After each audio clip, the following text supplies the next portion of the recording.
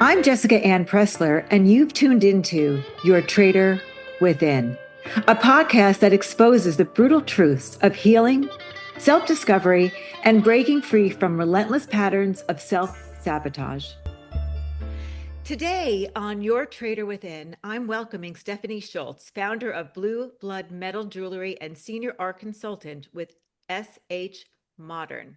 Raised in Winter Park, Florida, Stephanie holds a degree in business and art history and started her career in museum fundraising and development before moving to the studio side as a working metalsmith and jeweler. Her one-of-a-kind pieces, often crafted from vintage buttons and designer elements, have been featured in British Vogue and worn by social creators and the women of the Real Housewives universe. As an art consultant, she places blue chip works, think Warhol, Matisse, Chagall, and more for private and corporate clients. Off the clock, she teaches Pure Barre, keeps up with her 3 kids, and her words, make sure her husband stays happy and healthy.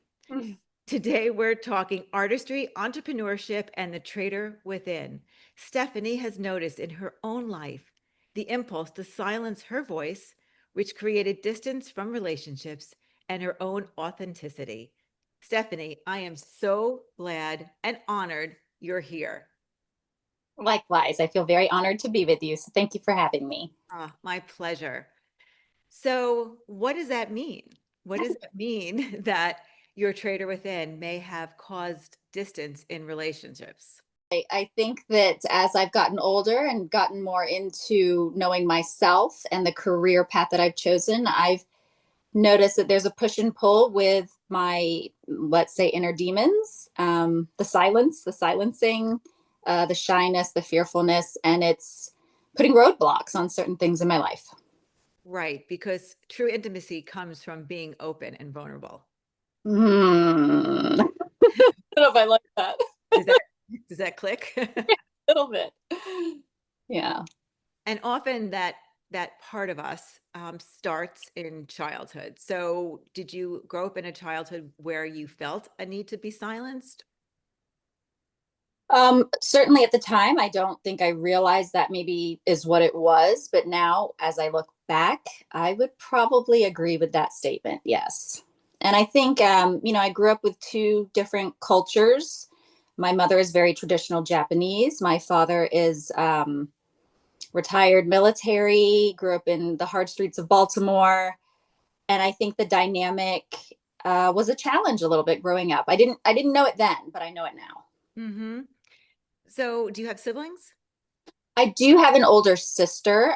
She is my half sister. I don't see her that way. She might see me that way a little bit because there's a 10-year difference. Okay. And there is a bit, without saying too much, there's a bit of a bad relationship between my biological father and my sister. And I think she sees me as an extension of him. And it's a challenge for us, but we're working on it. It's just a lifetime of work, Here for you if you ever want to do a little family therapy. Oh, you say that now. But so do you think she had the same messaging too, or you don't know? Because those 10 years can make a really big difference. It's so interesting that you ask that because, I think we grew up really differently. Mm-hmm. And it makes me sad. It really makes me sad because it's created a divide. Mm-hmm. And we're just now realizing what was maybe true and what wasn't. And I'm happy for the journey that we have been on, but I wish it could have been a little bit different. I wish we could have been closer and shared more things with each other. And that age divide was a big difference. I mean, when she was 16, I was 6, Oh, it is a big difference. A big difference. And she grew up much differently. My parents were in a different spot as opposed to when I was growing up financially, mentally. So it makes me sad for her a little bit, actually. Mm-hmm. Yeah. But you do have your whole life ahead of you. So it's Mm. never too late to, make that relationship what you want. Of course, it takes 2 people, but Yeah, and I think we're both there. Just currently since January, we're dealing with a lot of family. My parents are aging, and my dad's been through some very tremendous health problems, and it has brought to light a lot of the things that we're talking about right now. And this is a good thing because woo, sharing how we feel, I think, is a challenge for both my sister and myself. But we've been able to do it these last few months, and that I've been very grateful for. And I do think that every time you do it, it makes it a little bit easier. Okay, that's good to know. Yeah. It's like stretching the opening or stretching, Yeah, and more you I, feel safe, it kind of, it helps. okay, thank you. So where has that silencing occurred in other relationships, and where do you think it may have held back closeness, for example, or Well, I think I attribute a lot of my internal feelings to immediately jump to what I felt when I was a child. Mhm. And I don't think that I should do that. I think that, every day is new. I think the feelings presently that I feel are not those feelings I felt when I was little. Like people are not going to criticize me or say, don't say that, or why are you doing that, or why are you wearing that? The people that I have in my life genuinely care. They come from a place of good, not a place of criticism or judgment. But that's very difficult Mhm. to accept when you're only used to a certain way of being. Especially as a child, because you're forming yourself. And so as a child, if you're not feeling safe to speak, if you're afraid of what would happen if you say something, the criticism, whatever the different things that you had just said, it would be only natural. And that when you're in adult relationships, you're going to fear the same kind of repercussions. And so I believe that that part of you that's stopping you from doing it is your traitor within, and which is formed in your childhood, which may have kept you safe in childhood. I think your traitor within has good intentions. It's still trying to keep you safe. So I want you to be compassionate toward that part of you. It's not I a bad like, part, it's a good part. It's just not doing it's what it used to do to keep you safe as a child is not warranted now.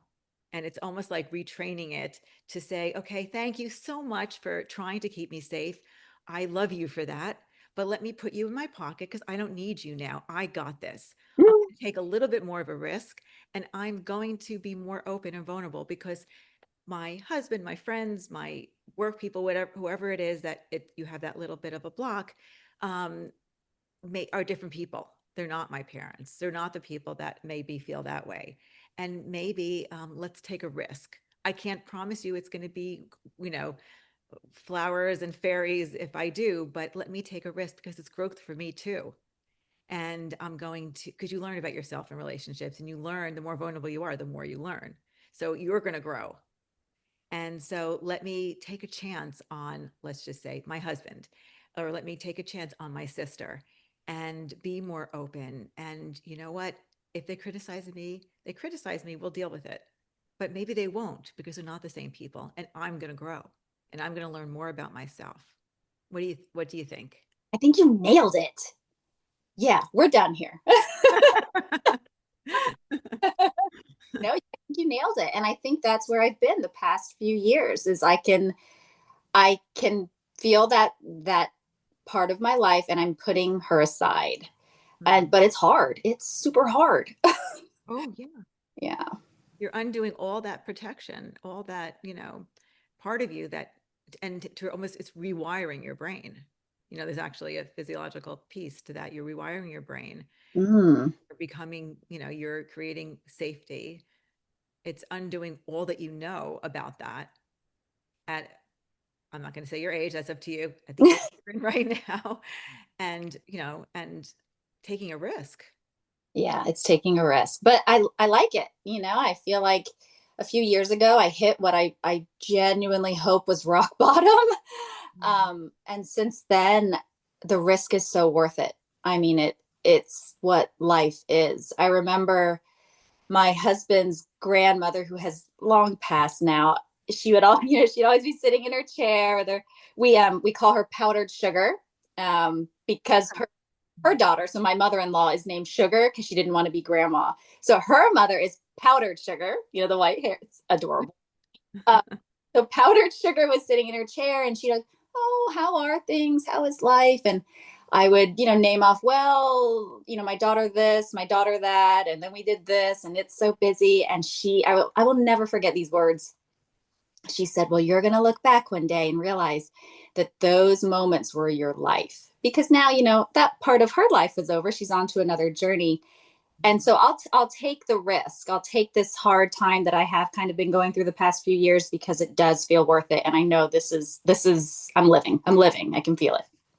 Right, right. You're living. I like that. And the more of a risk you take or the more vulnerable you are, the more you're living, Yeah. opening up the door. Mm-hmm. Mm-hmm. And Yeah. yes, there's going to be a risk. There may be a person out there that, and I'm not going to lie to you, that's possible. But if you look at it as your journey of no matter what happens, you're going to learn more about yourself. Our journey is with other people also, but part of it is our own self growth. I think that's the risk. I more so I wouldn't say worry. I don't consider myself a worrier, but that's the risk I more so am scared of because maybe how you had said it's rewiring your brain. Over the past few years, I've just noticed that I guess you could say a shyness or a social anxiety or whatever it may be, has just really been so frustrating for me. And Hmm. especially because with my careers, especially with high end art sales, I need to be articulate. I need to recall certain facts and then deliver them, in an understandable type way and be in crowds. And I noticed that this feeling was becoming overwhelming. And Hmm. so I needed to, I don't want to say fight it, but I needed to, like you said, put it in my pocket and say, quiet down. I've got these other things that need to become a little bit louder. Hmm. Hmm. Yeah. But you're able to do it, right? Maybe not always, but Well, I think it has taken a lot of work. Mhm. Um, I became a pure bar instructor just because I was almost, I'm not like wired for anger or madness, but I was getting kind of angry, like a genuine anger feeling of this fear because I was just mad that I felt that way. I could see where I wanted to be. I could see what I wanted to do. I just saw this big divide between me and that thing. And so a lot of that is just speaking in general, just speaking. And I thought, okay, if I can be on a microphone and do push ups and things at the Pure Bar Studio and tell people what to do, I can conquer the world. And I did it. I've been there for 4 years, and I can't say it doesn't come with difficulty because it does. You put your heart and soul into it, and I am a perfectionist. So I want to make sure things are uber perfect. I had to go to the doctor. I was breaking out. I mean, it was a process, Mhm. but it has helped. It hasn't cured anything by any means, but I feel like I'm facing my fear, and that makes me feel very strong. Mhm. As it stretches it. It's a process. Healing is not, I wish I could, I've said this to people too. I wish I could wave a magic wand and say, okay, you're cured. You're where you want to be. I mean, cured, but you're where you want to be. But it's a process, and it's not always an easy process. But I can see how it's stretched. Like you're getting, closer and closer Yes, to. I'm getting closer and closer. There's a few days that are a little bit more tricky than others, and why I don't know. And things that pop up that have never popped up before. For instance, just feeling a rush of being scared from walking to the grocery to my car. This is all new territory for me. Mhm. But I'm still here. There's a morning I wake up, I'm okay. But new little adventures that I face every day. Yeah. And I think steps forward. And you may take a step back, and that's normal, but to know that even if you take a step back, you're still going to step forward again. Okay, good to know. So I want to talk about the anger piece because you preface by saying anger is not my thing and for me to get angry. So anger is a normal feeling, a feeling that can be appropriate at the right time. It's what people do with anger that we worry about. If someone has an anger, out of control, rageful, and they hurt someone, that's when anger is not, an example of not being a good thing. Yeah. Said, because I was a person that was similar in that I was silenced as a child. So I was silenced in my relationships differently a little bit. But I also was trained not to show feelings and not to show anger. So, but I've always said, and I wrote it in my book in a little piece that anger, like when we get hurt, like when we feel pain in our body, that means something's wrong. Anger, to me, is another clue that something is not, maybe not wrong, but that you're feeling something. That something is, if you're angry, it's because something's not going, it's not right somehow, and it's like a warning system.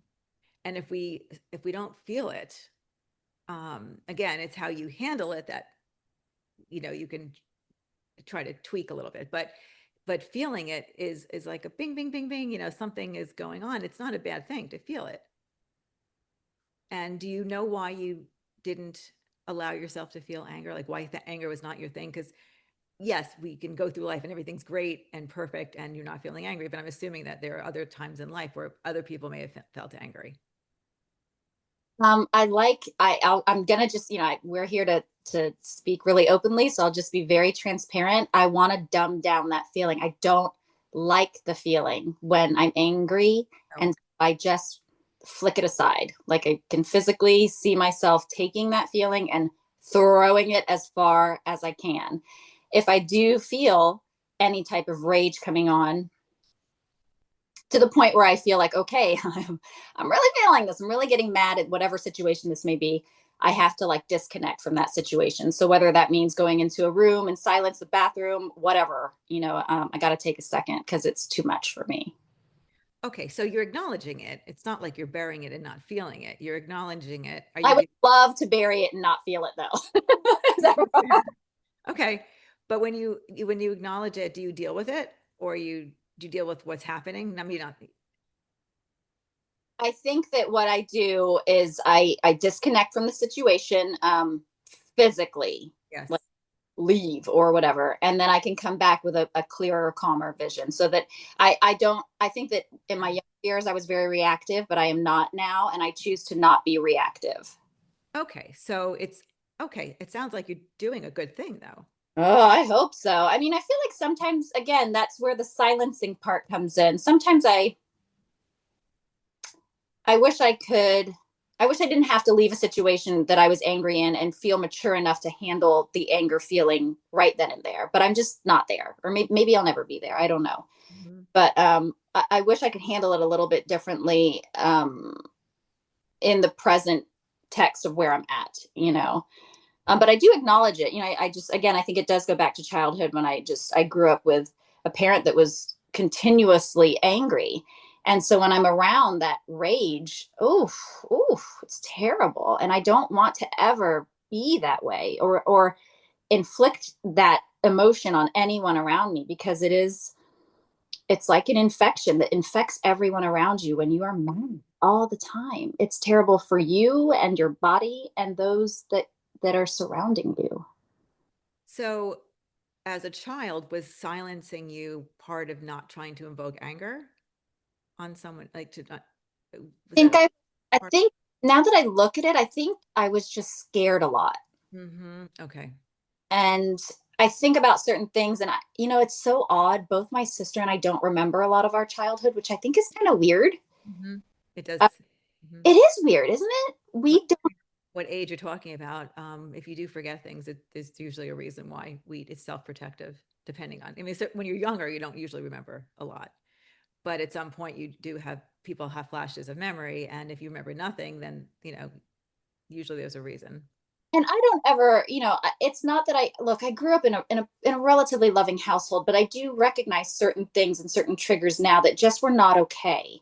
And I'm changing them with my current family. So when we discuss this, I don't ever, I don't want to walk away from it thinking that I badmouthed anybody or that sort of thing, because that wasn't the case. I grew up with a loving mother, a loving father. I just think I wish things could have been a little bit more calm and, mm, I don't think I was ever silenced per se to answer your question. I think I chose silence because it was a sense of peace for me. That's what I meant when I said silence. I meant silencing yourself. Yeah. It's a survival, or a coping mechanism. that we learn in childhood that, again, we bring into our adult relationships. Yeah. And so if someone around you gets angry at you or angry in general, what do you do? No one ever gets angry at me because I don't handle it well. I think that I retract. I don't lash out. Mm-hmm. Maybe me a couple decades ago would have been a little bit more reactive to it, but me Mm-hmm. now I just get hurt, I think. Mm-hmm. Because oftentimes it's just something got misconstrued or something, it just wasn't how Mm-hmm. it is. Like so I just kind of, if and this really doesn't happen that often because I just feel like the people around me are generally not quick to anger, Mm-hmm. and it's something that, especially with my son, don't be quick to anger, take a second, just take a second. I retract. I just go inward and Mm-hmm. take that second or that day or that month, and then I'll come back. Mm-hmm. Yeah. But you, it sounds like you're teaching your kids good coping skills. I really hope so. I really hope so. I acknowledge both my husband and myself. I will give us both credit and say that we're pretty good parents. This is the first time we've done it. We've never raised little humans, but they are very well rounded. My oldest daughter reminds me of myself when I was younger. She doesn't speak a lot. And it's weird because I was thinking about how I was when I was younger, and is that genetic that you don't often speak up? Is this like a genetic trait? Because she kind of had it when she was younger. Now she's coming out a little bit. She kind of says what she needs to say when she needs to say it, which I do respect. Mm-hmm. Um, but she was also a very quiet person, and so much to the fact that two guidance counselors were worried about her speech because she wouldn't speak. When she would get hurt, she wouldn't acknowledge it. She wouldn't come to us and say, "I'm hurt, I'm bleeding." And I thought, gosh, is that genetic? I don't think it's genetic, is it? I mean, there's the nature versus nurture. I can't tell you what percentage is, but do you feel that you um, showed her to be silent, or do you I don't know. And she was our first, so who knows what we did. learning experience with the first? Or But there's so many reasons why people act the way they act. I mean, yes, examine how you were around her. If maybe she watched you silence yourself, so maybe she did the same, or maybe it's just, you know, society tells women too to be quiet. that is the case, I think, with my mother, which was a hard dynamic, I think, to watch between my parents. And Mm-hmm. I think, in thinking about this, to see someone who is so outspoken, my father, who is so loud and opinionated, be partnered with somebody who was almost taught the opposite. That's hard to witness. And Mm-hmm. I think innately I am an independent person. Mm-hmm. Uh, and I realize now when I witness those things, that type of behavior or that dynamic or the back and forth with them, I realized I would use the word funny in quotations. It must have made me feel funny as a little person, not knowing what I was trying to understand Mm-hmm. because it didn't seem right. Yet it sounds like you did some of what she did by being quiet and silence. I think so. I think so. And that's why I think, talking about triggers, I realize now that there are quite a bit. And I'm very grateful that my husband recognizes those triggers too, so that we can both have patience and grace with each other. Yes, as I shared with you yesterday when we were talking before, the show, and I will say it again, the ideal in a couple's relationship, if I was doing couples therapy with a couple, I try to help and guide them to understand each other's triggers. That when people have a disagreement, it often, what makes it blow up isn't so much what's going on, the actual, they left the door open and the dog got out thing. It's about what it triggers. And then people trigger each other. But when you understand people's wounds, you understand people's childhood, you understand what triggers them, and you come from a place of love and compassion, Mm-hmm. then you won't react to when they're triggered. You can say, I'm not your father. I am me. but I'm here for you. I understand where this is coming from. I love you. And and then you're not, and then you become less triggered. And over time, you actually heal each other. That's beautiful. But because if when you understand the person's not attacking you, they're being triggered, then you can become instead of being defensive yourself, you come from a place of compassion and love. So my husband and I met when in 1999, Mhm. and I will never forget this. He would watch me just, walking from this room to that room, picking up a cup, whatever it is. And I remember one time my eyes jetted over to him with these laser beams.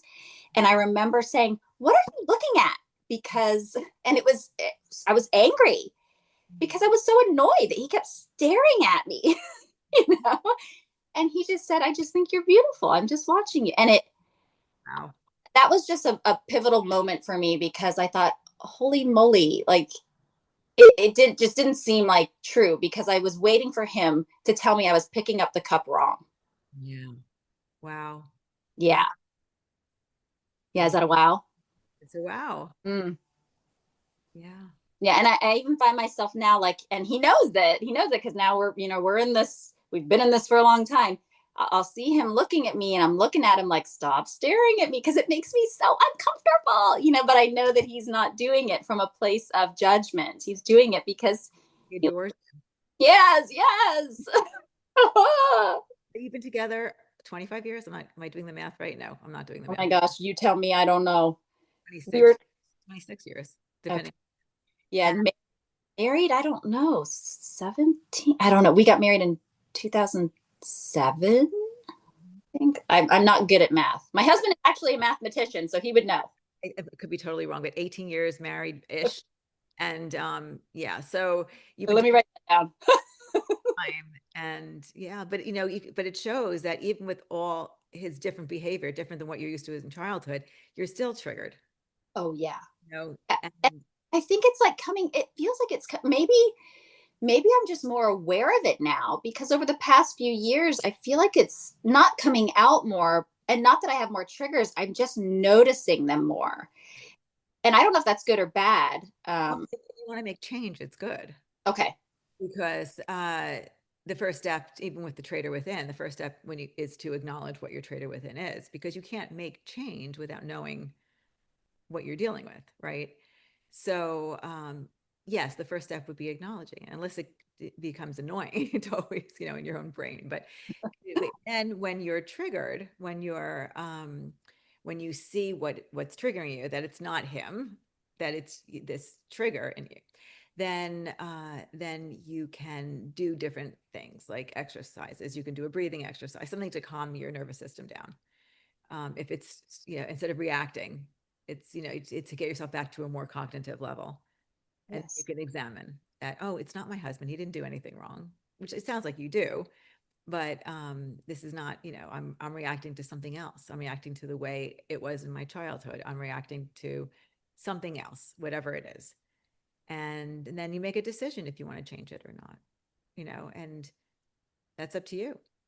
Something else that I heard a couple of years ago, which I thought was really helpful and doesn't really relate to me, but I feel like could relate. Well, I'm sure in some respect it does.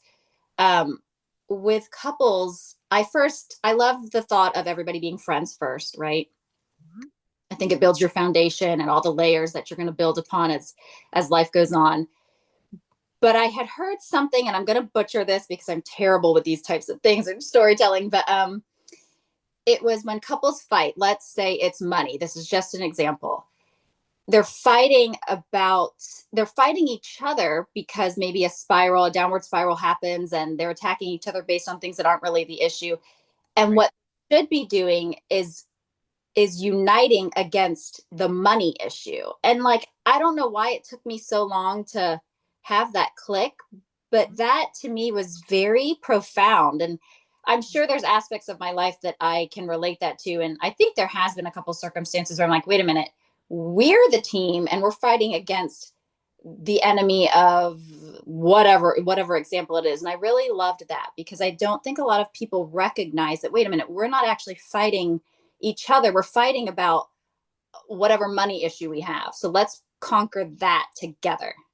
which could be the triggers, not even the money. So, you can even take it a step, but the ideal with a couple is that you are united. It brings you closer, first of all, and it gets something done. You're not going to get anything done if you're fighting, if you're stuck on the triggers, if you're stuck on, but if you come together, whatever it is, it will bring you closer, and it will more likely solve the problem. I do feel like that's hard for people, though. I feel like that's really hard for couples. Well, because you get stuck on the other stuff.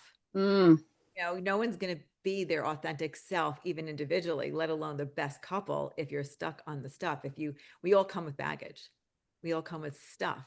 And unless we peel those layers, unless we get more vulnerable, unless we, then it's all about the stuff. It's not about what's inside yet. right, And, right. and you have to be vulnerable to get there. Mm, Not easy. It's scary. scary. Yeah. But but but then you have to remove the stuff, which Mhm.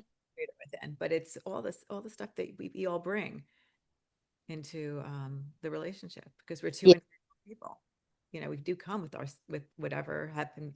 We are who we are today based on everything that's happened to us before this very moment, which is now in the past, this moment. And whatever experiences we have, I even will take it maybe into the womb, whatever our mother was feeling, and whatever, I think also can play a part.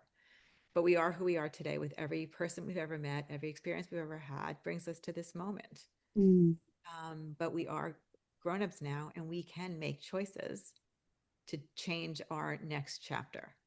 yeah. And that will take work, and that will take being aware that when we act a certain way, it's not necessarily about what's happening right now.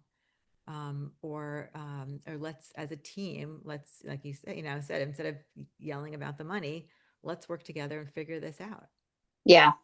Yeah. I do think that's very challenging for people, but I do find that I am working on that vulnerability aspect. And the more that you kind of shed that layer and show how you're truly feeling, it is amazing how people will rally for you and just be understanding.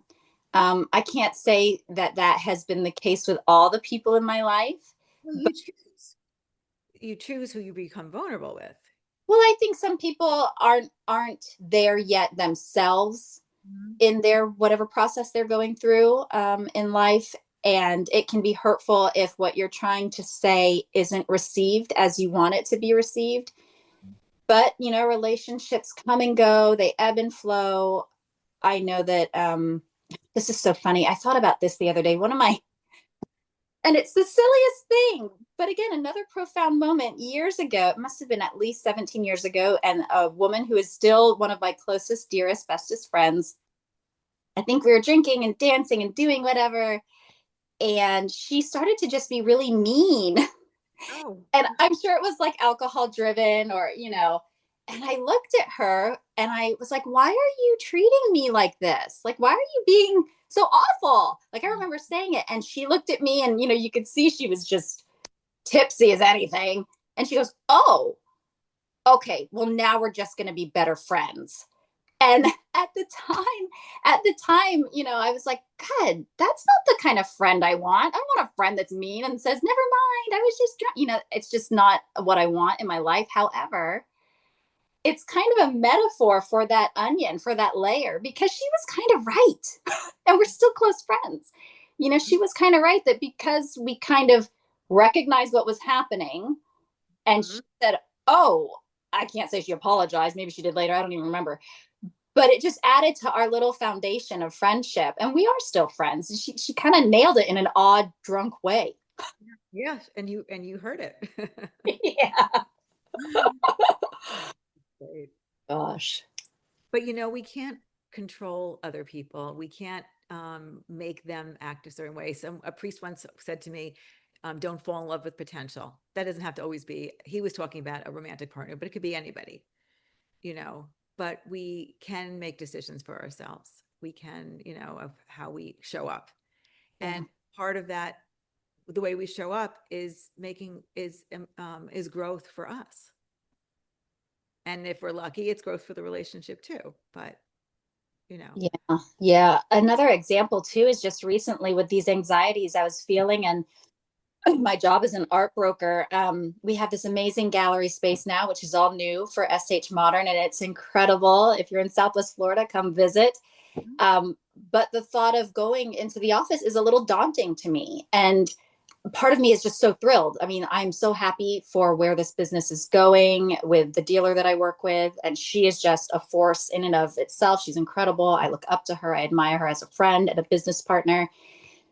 But and this could get me really emotional because this was one of those moments where I was I was frustrated that that I felt like I couldn't be wholly happy for this because I was so nervous about kind of going into the office, so to speak. I haven't had a job like that in quite a while. I work from home with my jewelry. Um, Generally, we were doing private art consulting. So this was a change for me. And then, given my present mental feelings for things, it was hard because I wanted to be able to say, I'm going to come in. I want to be in there every day. And part of me really does. And then part of me is very frightened. And I finally, I just, I put on my big girl panties and I said it to her. And she just was, of course, incredible. And that's that vulnerability that I don't want to feel in a way. I don't want to feel it.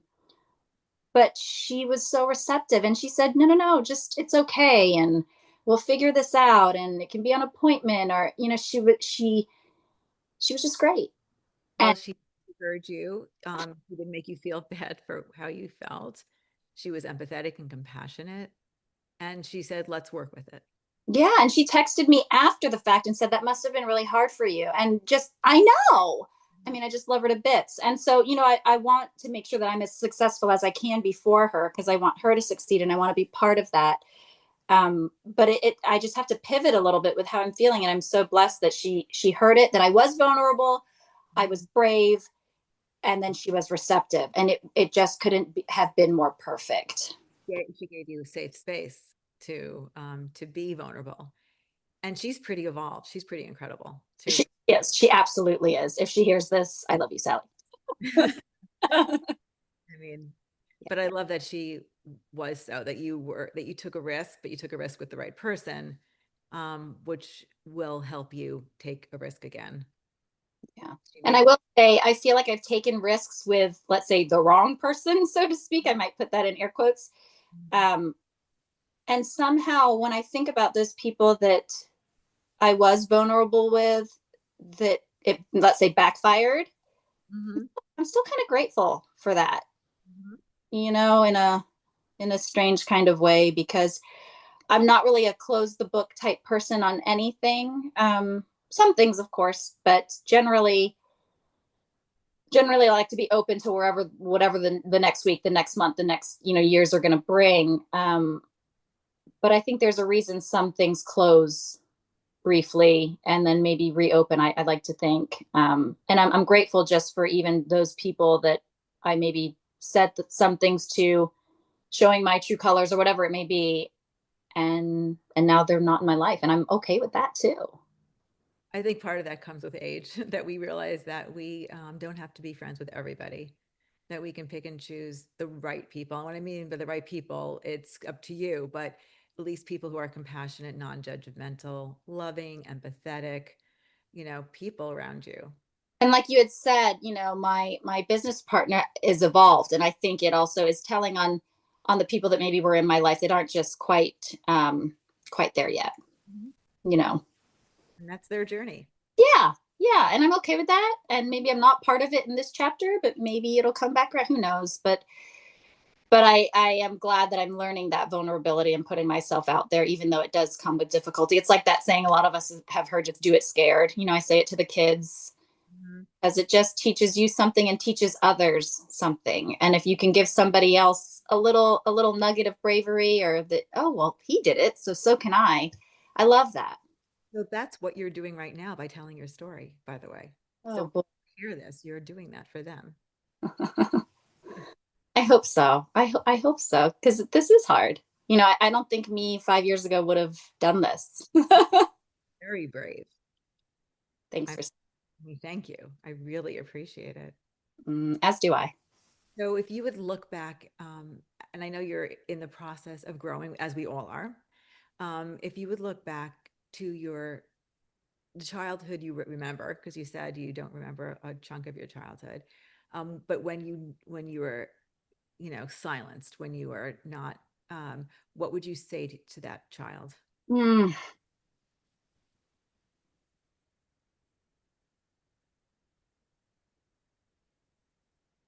that's really hard for me because my initial reaction is to say how you feel. You're safe.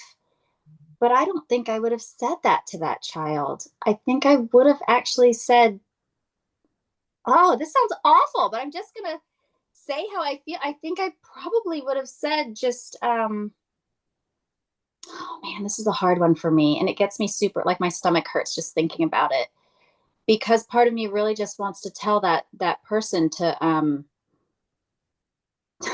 don't want to say this, it sounds awful. Part of me just wants to say to that person, you're just going to have to deal with it. You're going to have to find a way to deal with how you're feeling by yourself. But I And know, I I, don't like but it's what she had to do. it. It's what I did. So you did, my point is you did what you had to do. What you did was okay because you as a child, that's all that you could do to feel safe. I always think that every child has the right to feel safe in their childhood, to be able to grow, to learn who they are and not have to worry about being silent, not have to worry about being safe, not have to take care of a parent, not to have to just be, to play and to grow. And for the children out there, and there are many of us who didn't feel safe, that had to act a certain way. They shouldn't have to think about it. They should just be. That had to act a certain way to be silent. There was a reason why they did it. So I hope that you know that you probably couldn't have told your child to act differently because she had to do what she had to do and to understand that Yeah, she because had to what I want the answer to be is, know. wear the feather boa and the big bracelets to breakfast, and they'll deal with it. Like that's what I want to tell that person. Just do whatever you want to do and scream out loud and play and dance. But I don't think that little girl could have done that. Their parents, and nothing against them. They did the best they could do. So Yeah. I'm not saying anything negative about your parents, but Yeah. the atmosphere that you were in created that your child had to act this way. And the greatest childhood would have been that if they were in a situation and if they had parents, then that allowed them to be wear the feather boa and bracelets and scream and be a child. Just Mhm. be an innocent, free to be me, just be, because there's, child. And so that's what you would have done. You would have created a world for her that she could just dress up and be a child. Yeah.